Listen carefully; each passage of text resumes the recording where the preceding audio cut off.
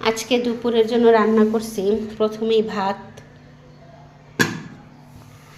আর এইটা হচ্ছে কাতলা মাছের তরকারি, এইটা হচ্ছে টাকি মাছের তরকারি।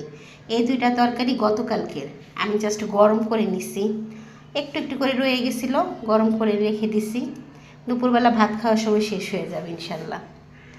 আর এইটা হচ্ছে নতুন আলু দিয়ে, ফুলকপি দিয়ে, সিম দিয়ে, কাঁচা টমেটো দিয়ে, ধনেপাতা দিয়ে সুন্দর করে একটা ভাজি করছি, দেখতেই পাচ্ছেন। আর এটা হচ্ছে বেশি করে পেঁয়াজ, রসুন, কাঁচামরিচ দিয়ে লাল শাক ভাজি করছি। লাল শাকটা কিন্তু খুব টেস্টি হয়েছে আজকে, যেহেতু শীতের শাক সবজি। যাই হোক, আর এটা হচ্ছে চিংড়ি মাছ দিয়ে মূলা দিয়ে রান্না করছি।